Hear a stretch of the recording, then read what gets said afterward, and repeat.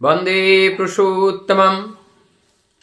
नाम हमारे पहरेदार हैं। नाम ही हमें रक्षा करती हैं। अर्थात नाम में जब तक हम डूबे रहते हैं तब तक हमारी बुद्धि, हमारी विचार, हमारा ज्ञान, हमारा स्वभाव, हमारा चाल चलन, चरित्र, ये सब एक दूसरे के साथ सिंक्रोनाइज होकर के चलती हैं। अर्थात एक तरह का कॉस्मोस जो इस ब्रह्मांड का जो सृष्टि है, इनका जो सिस्टमेटिक जो रचना है, जैसे सूर्य अपने हिसाब से चल रही है, चंद्रमा अपने हिसाब से चल रही हैं, तारे अपने हिसाब से चल रही हैं, पृथ्वी अपने हिसाब से चल रही हैं। यदि ये गणित की नीति के अनुसार अगर नहीं चलते तो ये एक दूसरे के ऊपर ये इस तरह से डिपेंडेंट होकर अगर नहीं रहते तो ये जो सिस्टम है ये डगमगा जाता है।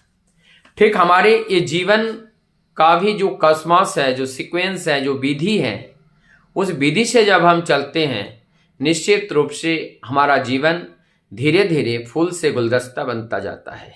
मानव से महामानव की ओर हम चलते जाते हैं। विचारधारा के अनुसरण करते हुए एक विचारक बन जाते हैं। ज्ञान के अनुसरण करते हुए एक विज्ञ व्यक्ति बन जाते हैं, प्रज्ञावान बन जाते हैं। और ऐसे करते करते भागवत प्रेम करते करते भागवत प्रेमी बन जाते हैं। और ऐसे ही ये जीवन का उत्थान का पथ है। हमारे अंदर जो परम सत्य विराजमान है, उस सत्य के अनुरूप इस देह को बनाने के लिए ही साधना की जरूरत होती है।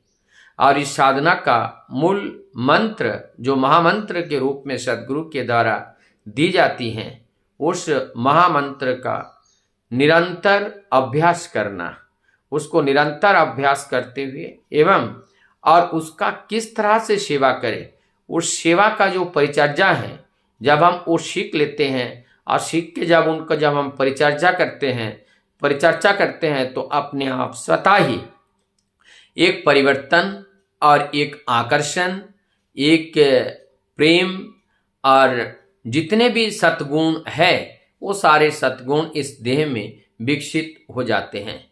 हम लोग जानते हैं कि जल का एक स्वभाव होती है, वो सदैव ऊपर से नीचे की ओर बिना किसी शक्ति के प्रभाव से वो बहती रहती हैं। ठीक उसी प्रकार से हमारे इस देह का भी एक स्वभाव है कि जो विधि के शरीर की माफिक नहीं है, उनके विपरीत चलने का एक सहज स्वभाव होते हैं। हमें इस शक्ति का प्रयोग करके, जैसे टिल्लू पंप होते हैं, नीचे से पानी ऊपर को और चढ़ाया जाता है, लेकिन ऊपर से पानी नीचे लाने के लिए उसके लिए कोई टिल्लू पंप की जरूरत नहीं होती है।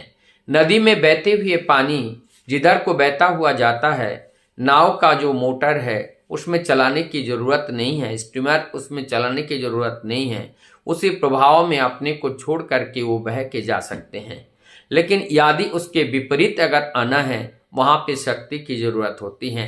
ठीक इसी प्रकार से धर्म का पथ ये सहज जो सरल जो सीधी पथ है, जहाँ बहने का उसके विपरीत पथ है, और वही कष्ट साधन करके आगे बढ़ने का नाम ही साधना है।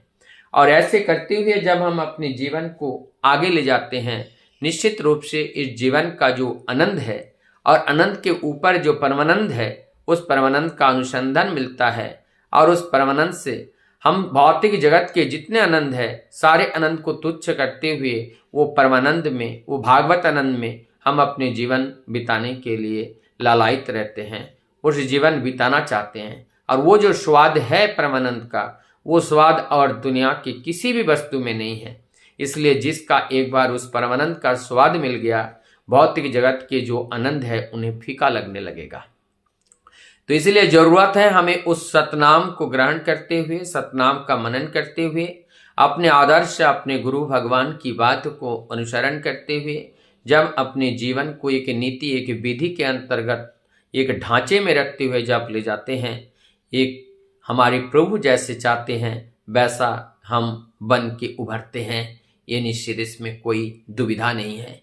आजकल हम समाज में देखते हैं कि परिवार में संतान संततियां वो बिगड़ते चले जा रहे हैं और इसके मूल में ही हैं उस परिवार के लोग ही दोषी हैं। उसी के लिए दोषी और बाहर के कोई नहीं है।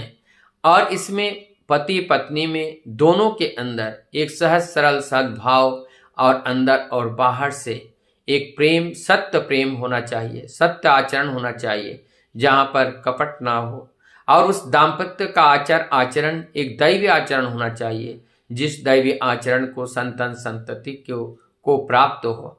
और उसी के बाद एक दूसरे को निरंतर कोशिश करना चाहिए कि इस बच्चे के जीवन को सुंदर बनाने के लिए इनके अंदर के जो अवगुण रूपी जो कांटा है, उस कांटे को चाहे माता निकाले या पिताजी निकाले, जब उस कांटा निकाला जाएगा तब उसमें दर्द जरूर होगी, लेकिन उस दर्द में दर्द समझ करके उनको उस दर्द होने ना देना और कांटा निकालने के लिए माना करना, चाहे वे पिता हो चाहे वो माता हो, दोनों ही गलत होते हैं। कांटे को निकालना ही पड़ेगा, चाहे कितना भी दर्द क्यों ना सहन करना पड़े, नहीं तो भविष्य में जाकर के वो कांटा कैंसर का रूप ले सकता है।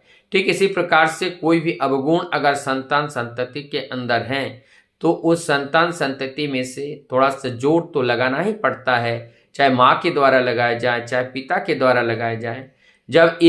जब उनसे इस कांटे को निकाले, अवगुण रूपी कांटे को जब निकाले, दूसरा उसे प्यार करे, लेकिन इस बात को एहसास भी कराए कि ये तुम्हारी गलती थी, इस वजह से तुम्हारा ये अवगुण तुम्हारे अंदर आया। तुम्हारे माँ ने या पिता ने तुमसे जो व्यवहार किया ये उचित किया, ये तुम्हारे लिए नहीं किया, तुम्हारे अंदर जो अवगुण है उनके लिए किया। और ये सदैव उनको ये समझाना चाहिए, माता पिता के जो अनुशासन होते हैं, उस अनुशासन जिस बच्चे के जीवन में प्राप्त नहीं होता है, उस बच्चे का जीवन कभी भी सुंदर हो नहीं सकता है। माता पिता जितना अनुशासित होकर के अपने संतान संतति को जितना अनुशासन में रख पाते हैं, उस संतान संतति का जीवनीय स्तर उतना ऊंचा और महान होता है।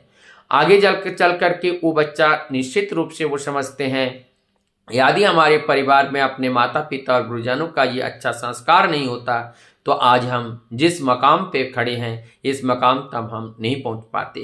तो इस मकाम तक पहुंचने के लिए हमारे पूर्वजों का बड़ा दिन है, पूर्वजों का दिया हुआ संस्कार जो हमारे माता पिता के अंदर है, और माता पिता जो आचार्य के रूप में आचरण करके हमें सिखाया, इसीलिए वो हमारे लिए आचार्य हैं।